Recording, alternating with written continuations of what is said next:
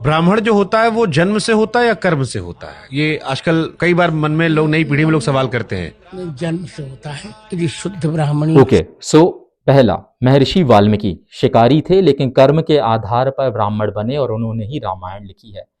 दूसरा एग्जाम्पल, महर्षि विश्वामित्र पहले एक क्षत्रिय हुआ करते थे लेकिन कर्म के आधार पर वो ब्राह्मण बने और यहां तक कि भगवान राम के भी गुरु बन गए।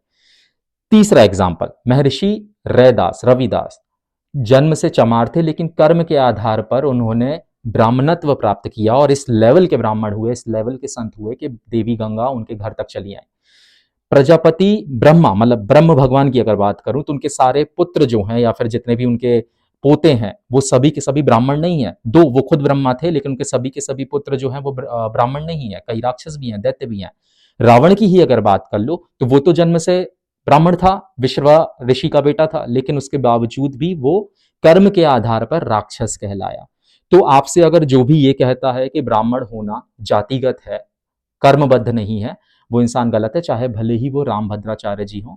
पेपर वर्क की मैं यहाँ पे बात नहीं कर रहा हूँ कि गवर्नमेंट पेपर्स पे आपका क्या जाति लिखा हुआ है, लेकिन हिंदू शास्त्र यही कहते हैं कि जो ब्रह्म तत्व को जानता है वो ब्राह्मण है।